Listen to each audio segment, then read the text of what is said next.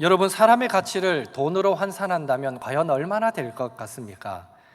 1980년대 일리노이 대학의 해부학 교수였던 할리 먼센 교수는 도대체 어떻게 계산했는지는 모르겠지만 인체 구성 물질을 화학적으로 분석한 결과 인간은 칼슘 2.25kg, 인삼염 500g, 칼륨 252g, 나트륨 168g, 마그네슘 28g, 그리고 소량의 철과 구리 성분으로 되어 있다라고 조사했고요. 이는 커다란 대못 한 개와 여러 자루의 연필심과 성냥개비에 붙일 수 있는 인과 유황 몇 줌, 그리고 비누 7장을 만들 수 있는 재료라고 합니다. 이런 재료를 돈으로 계산해 봤을 때 단돈 89센트, 우리나라 돈으로 1,000원에 불과하다라는 연구 결과를 발표한 적이 있습니다. 갑자기 기분 나빠지고 인생이 허망해진다는 느낌이 드십니까? 그렇다면 다른 계산법이 있습니다. 예일대의 모로위치 교수라는 분이 인간 호르몬과 DNA 등을 감안할 때에 인체의 가치는 약 650만 달러, 그러니까 우리나라 돈으로 75억 정도가 될 것이다 라는 결론을 내리기도 했습니다. 어떻습니까? 혹시 우리 가운데 할리 먼센 교수의 계산법에 살짝 마음이 상하시려고 했던 성도님들, 모로위치 교수의 계산법에는 위로가 되시는지요? 사실 사람의 가치에 대한 질문, 즉 인간이란 무엇인가 라는 질문은 인류의 역사를 통해서 볼 때에 모든 지혜자들의 공통된 물음이기도 합니다.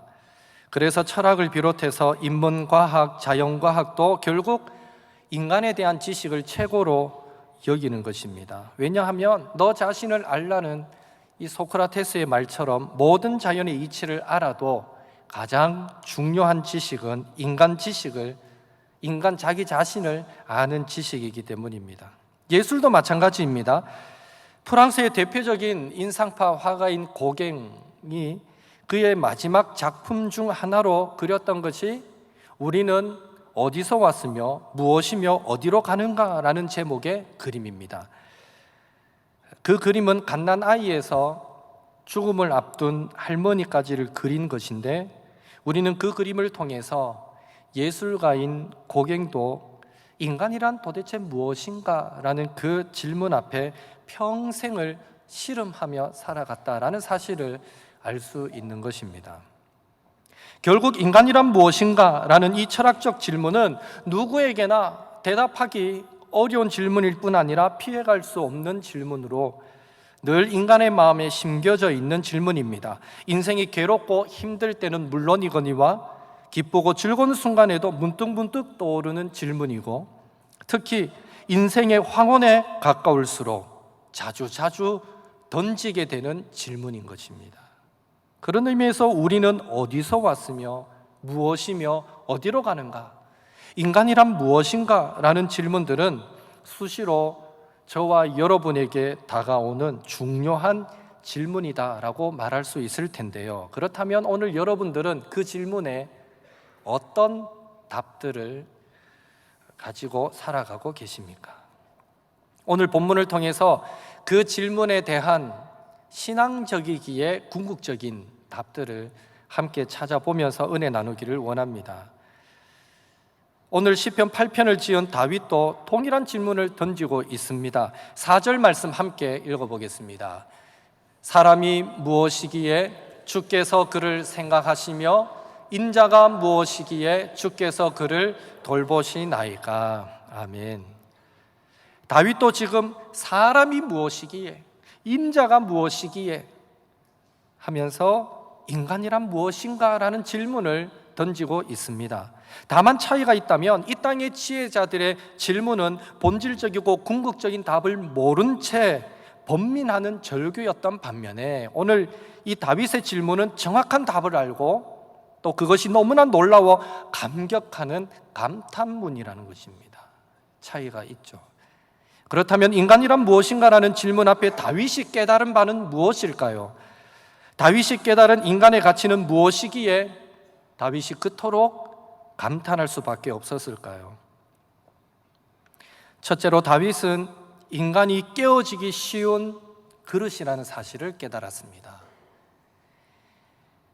4절에서 사람이 무엇이기에 할 때 사람, 에노시의 원어적 의미는 깨지기 쉬운 그릇입니다. 깨지기 쉬운 그릇. 다시 말해 인간은 본질적으로 깨지기 쉬운 그런 연약한 존재라는 것입니다. 그래서 이사야 선지자는 이사야 42장 3절에서 인간을 두고 상한 갈대요 꺼져가는 심지어와 같은 존재다라고 말했던 것이죠. 실제로 인간은 독약 한 방울에 생명을 잃습니다. 눈에 보이지 않는 바이러스나 유해 세포에 의해서 건강을 잃게 됩니다. 한순간 분노를 이기지 못해 삶을 망쳐버리고요, 또 찰나의 유혹에 빠져서 일생 쌓아왔던 것들을 한순간에 무너뜨리는 것이 우리 인간입니다. 참으로 인간은 깨어지기 쉬운 그런 질그릇과 같은 존재인 것입니다. 또한 4절에서 인자가 무엇이기에 할 때 이 인자, 벤 아담의 원어적인 의미는 아담의 아들, 사람의 아들, 흙의 아들 이런 뜻입니다. 무슨 말입니까? 아무리 대단해 보이는 인생도 결국은 한 줌의 흙에 불과하다라는 말씀인 것이죠. 그래서 욥기서를 보면 수아 사람 빌닷은 욥기서 25장 6절에서 인간을 구더기 같은 존재요 벌레 같은 인생이라고까지 묘사합니다. 그리고 다윗은 시편 103편 14절에서 인간을 먼지로 또 비유하고 있는 것입니다. 한마디로 우리 인간은 하나님 앞에 아무것도 아니다라는 것이죠. 실제로 사람이 죽어서 화장을 하고 한 줌의 재가 되어 유골함에 담기는 것을 보게 될 때 정말 인생이 한 줌의 흙이구나라는 사실을 우리는 실감하지 않을 수 없는 것입니다. 여러분, 아주 큰 해가 이글이글거리며 떠오르는 솟아오르는 겨울바다를 보신 적이 있습니까? 유난히 높고 푸른 그런 가을 하늘의 마음을 빼앗겨 보신 적이 있으십니까? 별이 쏟아질 것처럼 가득한 밤 하늘을 쳐다보신 적이 있습니까? 산과 강과 각양각색의 꽃들로 어우러진 대자연의 그 아름다움에 빠져보신 적이 있으십니까? 누구라도 그 순간엔 말이 필요 없어지는 것입니다. 그저 와 하면서 자신도 모르게 그 감경에, 그 광경에 심취해버리게 되는 것이죠. 그리고 지혜로운 사람은 그 순간 대자연의 장엄함과 아름다움 앞에서 자신의 왜소함을 깨닫게 되는 것입니다. 본문 3절에 보니까 지금 다윗은 주의 손가락으로 만드신 하늘과 달과 별들을 보면서 그 대자연의 아름다움, 그 장엄함과 위대함, 그리고 그 변치 않는 항상성 앞에 심취해버리고 말았습니다. 우와, 심취해버리고 말았습니다. 그리고 그 순간 다윗은 대자연의 그 장엄한 아름다움 앞에서 창조주 하나님의 위대하심과 전능하심과 또 그 아름다운 솜씨를 깨닫게 되었습니다. 동시에 하나님이 어떤 분이신가에 대한 그 깨달음 앞에 인간의 왜소함, 연약함, 먼지 같음을 뼈에 사무치도록 절감하였던 것입니다. 그래서 오늘 본문 4절처럼 다윗은 고백했던 것입니다. 4절 한 번 더 다윗의 심정으로 읽어보겠습니다. 사람이 무엇이기에 주께서 그를 생각하시며 인자가 무엇이기에 주께서 그를 돌보시나이까. 나는 생각한다, 그러므로 존재한다라는 말을 했던 근대 철학의 아버지인 데카르트는 진리를 찾기 위해서 모든 것을 의심하는 방식으로 사고하기 시작했습니다. 하나에서 열까지 자꾸 의심해 봤습니다. 의심하고 또 의심하고 또 의심하고, 의심하다 보니까 이게 정말 진짜구나라고 생각할 수 있는 것이 하나도 없었습니다. 그런데 그 의심 속에서 한 가지 확실한 것을 발견했는데 이것만큼은 변치 않는다는 거죠. 그 확실한 것이 뭔가 하면 내가 지금 생각하고 있다는 사실, 그것만큼은 확실하더라는 거예요. 그래서 데카르트는 인간을 생각하는 존재, 이성의 존재로 규정했습니다. 반면에 파스칼은 인간의 좋고 싫음이 감정에 따른 즉흥적인 판단의 결과로 보았습니다. 그래서 인간을 심정의 존재, 직관적 감성과 즉흥적 판단 능력을 가진 존재로 규정했습니다. 인간 이해를 두고 데카르트와 파스칼의 이해는 정반대의 말을 하고 있는 것을 보게 됩니다. 또한 찰스 다윈은 진화론을 근거로 인간을 동물로 규정합니다. 동물, 아주 자존심 상하는 규정인 것 같습니다. 동물. 이렇듯 많은 사람들이 필요에 따라 서로 다른 관점에서 인간 이해를 하고 있다는 사실은 인간에 대한 그 어떤 세상적, 그 어떤 학문적 이해도 완전한 인간 이해가 되지 못한다라는 사실을 오늘 우리들에게 입증해 주고 있는 것입니다. 그런 의미에서 오늘 다윗은 인간을 우주의 중심에 놓여 있는 이성적인 존재로 말하지 않습니다. 진화론처럼 먹이 사슬 위에 있는 최상위 포식자로 묘사하지도 않습니다. 그리고 우리가 자주 착각하는 것처럼 지위, 부, 또 지식, 명예로 치장한 모습이 인간의 본 모습이라고 그렇게 말하고 있지도 않습니다. 다윗은 대자연을 바라보면서 창조주 하나님의 그 위대하심, 그 전능하심, 그 아름다운 솜씨를 깨닫고 그 깨달음으로 인해 창조주 하나님 앞에 서 있는 인간은 깨어지기 쉬운 질그릇, 아무것도 아닌 먼지 같은 한 줌의 모래 같은 존재임을 깨달았던 것입니다. 다윗의 이런 인간 이해가 철학자들이나 예술가나 학자들의 인간 이해보다 훨씬 더 본질적이고 진실된 인간 이해라고 할 수 있지 않겠습니까? 그렇다면 오늘 여러분은 하나님 앞에 여러분 자신이 얼마나 깨어지기 쉬운 질그릇과 같은 존재라는 사실을 인정하고 계십니까? 만약 우리가 그 사실을 인정한다면 우리는 하나님의 은혜와 긍휼과 도우심을 바라보면서 기도하지 않을 수 없을 것입니다. 만약 우리가 그 사실을 인정한다면 날마다 하나님의 말씀을 가까이 하면서 그 성경 안에서, 말씀 안에서 약한 자를 강하게 만드시는 하나님의 방법을 찾으려고 노력하게 될 것입니다.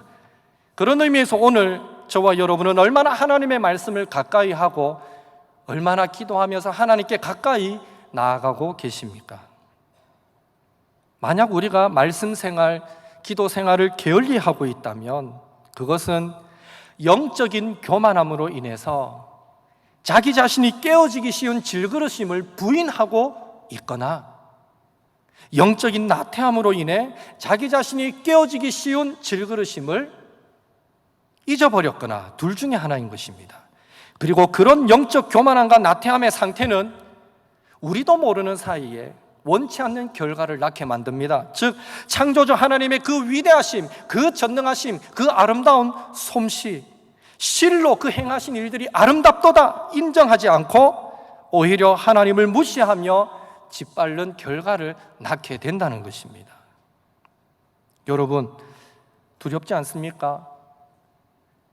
우리는 그저 바빠서 성경 읽지 못했고 우리는 그저 피곤해서 기도하지 못했던 것뿐인데 하나님도 우리 사정 다 이해하실 거야 그렇게 생각하고 살아왔는데 그런 우리의 삶이 하나님을 인정하지 않고 무시하며 짓밟는 삶이었다니 당황스럽지 않습니까? 그런 우리의 삶이 반석이가 아닌 모래 위에 집을 짓는 것 같은 불신의 삶이었다니 하나님의 심판이 두렵지 않습니까? 칼빈은 시편 8편을 주석하면서 다윗이 이 대자연을 바라보며 창조주 하나님의 위대하심을 발견하고서 상대적으로 인간의 왜소함, 연약함을 깨닫게 된 것을 두고 하나님을 알 때에 인간을 안다. 그리고 인간을 알 때에 하나님을 알게 된다라고 주석하기도 했습니다. 바울도 빌립보서 3장 8절에서 그리스도 예수를 아는 지식, 하나님을 아는 지식이 자신의 로마 시민권보다도 그 많던 자신의 세상적 학문과 지식과 경험과 업적보다도 훨씬 더 뛰어나고 훨씬 더 탁월한 것이라고 고백했습니다. 호세아 선지자도 오늘 우리에게 이렇게 말씀합니다. 호세아 6장 3절 함께 읽겠습니다. 그러므로 우리가 여호와를 알자. 힘써 여호와를 알자. 그의 나타나심은 새벽빛같이 어김없나니 비와 같이 땅을 적시는 늦은 비와 같이 우리에게 임하시리라. 아멘. 위대하신 하나님을 아는 것이 초라한 우리의 기쁨이 되는 줄로 믿습니다.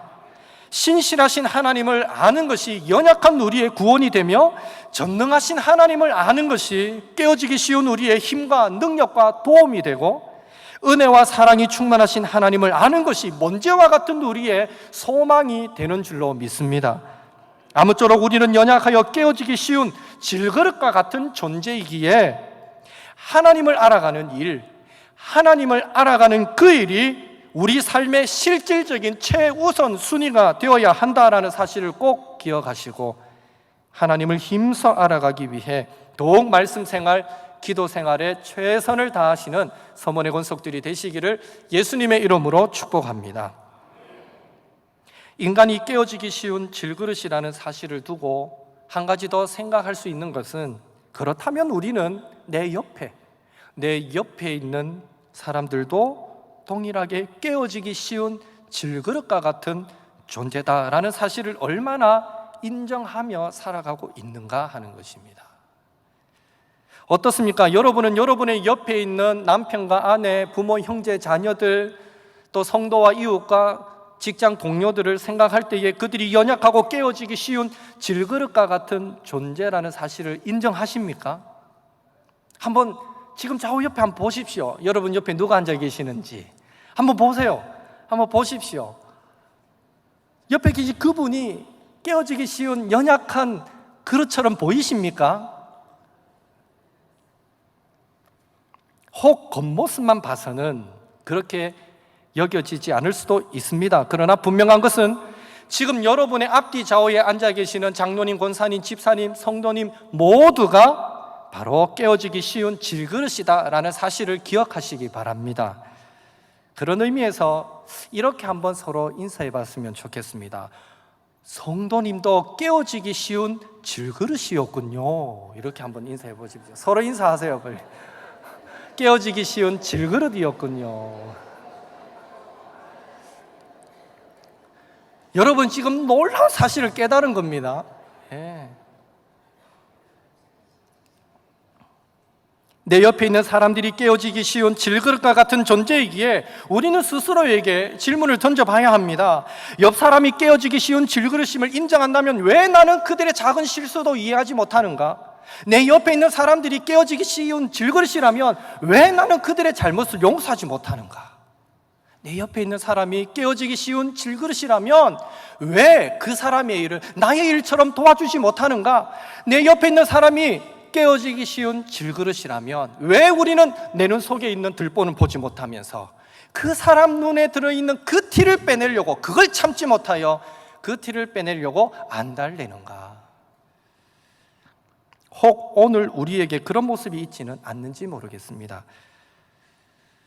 만약 타인이, 다른 사람들이 여러분을 두고 이기적이거나 자기중심적이거나 속이 좁거나 무자비하거나 필요 이상으로 냉정하거나 까칠한 사람으로 여기는 경향이 있다면 하나님 앞과 성도 앞에서 그것은 오해입니다 라고 말하기 전에 우리가 자신도 모르는 사이에 영적인 교만과 무지에 빠져 있지는 않았었는지 심각하게 자신을 돌아볼 필요가 있는 것입니다. 왜냐하면 자신이 깨어지기 쉬운 존재임을 늘 자각하면서 살아가는 성도라면 적어도 다른 사람들을 대할 때에 그들도 동일하게 연약하여 깨어지기 쉬운 존재임을 알기에 주님의 마음으로 최소한의 긍휼, 최소한의 자비, 최소한의 사랑, 최소한의 섬김과 최소한의 용서의 자세를 가지게 마련입니다. 그리고 그런 모습이 자연스럽게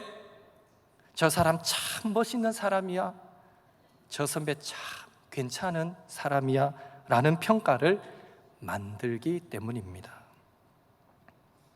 여러분 두렵지 않습니까? 가늠하다 붙잡힌 여인을 돌로 치려는 자들을 향해 너희 중에 죄 없는 자가 먼저 돌로 치라, 우리 주님 말씀하셨을 때에 과연 사람 중에 죄 없는 사람이 누가 있을까요? 다 양심의 찔림을 받고 그 손에 들고 있던 돌을 하나 둘씩 내려놓고 모두 다 돌아가 버리고 말았듯이 하나님께서 보실 때 자칫 잘못하면 내가 자신의 죄인됨을 깨닫지 못한 채 다른 사람의 죄값을 치르게 하겠다고 내 손에 돌을 들고 있는 그 한 사람이 될 수 있다는 사실, 두렵지 않냐는 것입니다. 예수님께서 심판주로 재림하여 오실 때에 양과 염소로 우리를 구분하신다고 했는데, 하나님께서 보실 때 자칫 잘못하면 내가 나 많은 일을 했는데? 라고 생각할 수 있을지 몰라도 지극히 작은 자 하나에게 아무것도 하지 않은 염소로도 구분될 수 있다는 사실, 두렵지 않냐는 것입니다. 호세아 선지자는 호세아 10장 12절에서 우리에게 이렇게 도전하고 있습니다. 함께 읽어보겠습니다. 너희가 자기를 위하여 공의를 심고 인애를 거두라. 너희 묵은 땅을 기경하라. 지금이 곧 여호와를 찾을 때니 마침내 여호와께서 오사 공의를 비처럼 너희에게 내리시리라. 아멘. 무슨 말씀입니까? 우리 힘써 여호와를 알기를 원하는 자, 하나님을 알므로 자신이 깨어지기 쉬운 존재임을 늘 자각하면서 살아가기를 원하는 성도는 우리의 완악하고 교만한 심령을 깨뜨려서 하나님과의 바른 관계 속에서 타인과도 의롭고 진실한 관계를 맺으며 우리를 향한 하나님의 한결같은 사랑을 기억하여 하나님을 향한 변함없는 충성과 사랑의 열매를 맺으면서 동일하게 타인을 향한 사랑과 자비의 열매도 맺어야 함을 의미하는 것입니다.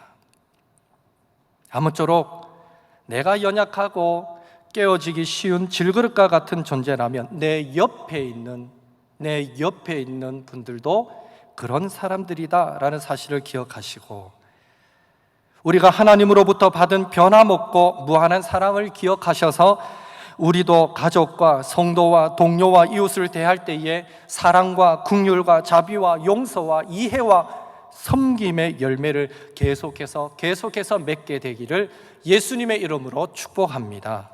그런 의미에서 한 번 더 옆에 분들과 인사하겠습니다. 더 이해하고 사랑으로 섬기겠습니다. 이렇게 한번 인사해 보겠습니다. 더 이해하고 사랑으로 섬기겠습니다. 그렇다면 인간이란 무엇인가라는 이 질문 앞에 다윗이 깨달은 바가, 인간은 깨어지기 쉬운 질그릇 같은 존재구나, 한 줌의 모래와 같은 존재구나 라는 것밖에 깨달음이 없었을까요? 아닙니다. 오늘 본문을 보면 다윗은 사람이 무엇이기에, 인자가 무엇이기에 하면서 한 가지 사실을 더 깨달았는데, 크게 두 번째로 다윗은 깨어지기 쉬운 인간이 바로 하나님의 관심과 하나님의 기대의 대상이라는 사실을 깨달았습니다. 4절 말씀 한 번 더 읽어보겠습니다. 4절입니다. 사람이 무엇이기에 주께서 그를 생각하시며 인자가 무엇이기에 주께서 그를 돌보시나이까. 아멘. 여기서 주께서 그를 생각하시며에서 이 생각하신다, 자카르의 원어적 의미는 연약한 것을 특별히 돌보는 사랑 어린 관심으로 하나님께서 한 번만 관심 가져주신다는 것이 아니라 계속해서 관심 가져주신다라는 의미입니다. 그리고 주께서 그를 돌보시나이까에서 이 돌보신다, 파카드의 원어적 의미는 어려움에 처한 자기 백성을 친히 찾아와서 돌보신다라는 것으로 요즘 말로 하면 신방하신다, 이런 뜻이 됩니다. 이 역시 하나님께서 한 번만 돌봐주시고 한 번만 신방해 주시는 것이 아니라 계속해서 돌봐주시고 계속해서 찾아오셔서 신방해 주신다라는 의미인 것입니다. 인간을 향한 이런 하나님의 계속되는 관심, 계속되는 돌보심이 끝내 죄인된 우리를 구원하시기 위한 예수님의 성육신과 십자가 사랑으로 나타난 줄로 믿습니다. 오늘도 광고 시간에 일본 큐슈 지방에 일어난 그 대지진을 언급하면서 합심 기도를 요청하는 광고를 들었는데요, 궁극적으로는 영혼 구원 복음 전파를 위한 하나님의 일하심이었다라고 믿습니다. 그러나 사람들은 자연재해로 수많은 사람들이 생명을 잃고 고통당하는 것을 볼 때에 도대체 하나님은 어디 계십니까? 그렇게 탄식합니다. 지금도 세계 곳곳에선 언제 끝날지 모르는 전쟁과 살육이, 테러가 계속되고 있습니다. 그런 비극적인 소식을 접하면서 사람들은 하나님 과연 살아계십니까? 살아계십니까? 그렇게 탄식하면서 신은 존재하지 않거나 만약 존재하더라도 선하지 않다라고까지 주장하기도 합니다. 굳이 자연재해나 전쟁이나 테러나 살육이 아니더라도 일반적으로 사람들은 사랑하는 사람들을 잃게 될 때에, 시험에 떨어지게 될 때에, 건강과 물질을 잃게 될 때에, 노력한 만큼의 결과가 나오지 않을 때에, 흔한 말로 하는 일마다 잘 안 될 때에 하나님은 정말 계십니까? 계시다면 나는 잊어버리신 것 아닙니까? 나는 잊어버리신 것 아닙니까? 하는 마음을 우리는 가지곤 한다는 것입니다. 그러나 중요한 것은 오늘 시편 8편에서 하나님께서 다윗을 통해 우리에게 들려주시는 분명한 음성이 있는데, 그것은 바로 나는 결단코 너를 잊은 적이 없단다라는 주님의 음성임을 믿으시기 바랍니다. 얼마나 우리에게 관심이 많으셨으면 그 관심 때문에 저 천국 보좌 버리시고 친히 인간의 몸을 입으시고 이 땅으로 내려오셨을까요? 얼마나 우리에게 관심이 많으셨으면 십자가를 지시기까지 우리를 사랑해 주셨을까요? 인간은 결코 하나님께 잊힌 존재가 아닌 것입니다. 잊혀진 존재가 아니라는 것입니다. 깨어지기 쉬운 질그릇과 같은 우리가 하나님의 무한한 관심의 대상임을 믿으시기 바랍니다. 더 나아가 연약하여 깨어지기 쉬운 우리 인간은 하나님의 관심의 대상일 뿐 아니라 하나님의 기대의 대상임을 믿으시기 바랍니다.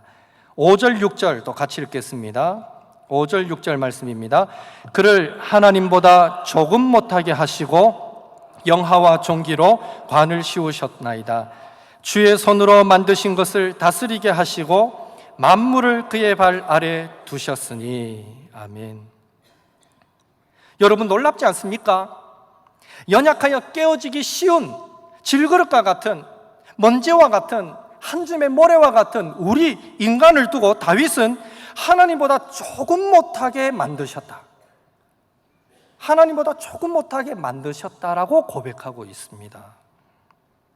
다윗이 어떻게 이런 고백을 할 수 있었을까요? 그 근거는 6절에 나오듯이 하나님께서 우리 인간을 왕같은 제사장으로 삼아 모든 만물을 다스리게 하셨기 때문입니다. 왜 하필이면 하나님은 깨어지기 쉬운 우리 인간을 선택하셨을까요? 그 이유를 우리는 알 수 없지만 마치 토기장이가 귀 있을 그릇과 천 있을 그릇을 만들 수 있는 권한이 그에게 있듯이 하나님께서 인간을 선택하신 것은, 깨어지기 쉬운 인간을 선택하신 것은 오직 하나님의 주권에 달려있는 줄로 믿습니다. 중요한 것은 하나님의 그 특별한 관심과 기대가 바로 저와 여러분을 향하고 있다는 사실이 중요합니다. 하나님은 처음부터 우리가 연약하여 깨어지기 쉬운 존재임을 아시고도 그분의 특별한 기대 속에서 우리를 하나님의 대리인으로, 하나님의 청지기로, 하나님의 동력자로 삼아 주셨던 것입니다. 하나님은 우리가 연약하여 깨어지기 쉬운 존재임을 아시기에 우리를 홀로 내버려 두지 않으시고 성령님을 보내셔서 우리 앞서 일하실 뿐 아니라 지금도 우리와 함께 일하시도록 역사하고 계시는 줄로 믿습니다.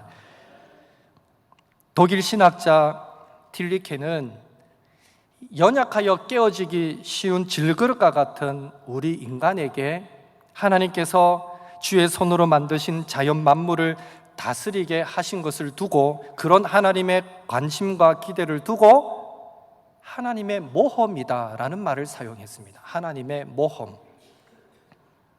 딜리케가 봤을 때 아무리 생각해도 연약한 인간에게 자연 만물을 다스리게 하신 것은 마치 고양이에게 생선을 맡긴 것과 뭐가 다르겠냐는 거예요.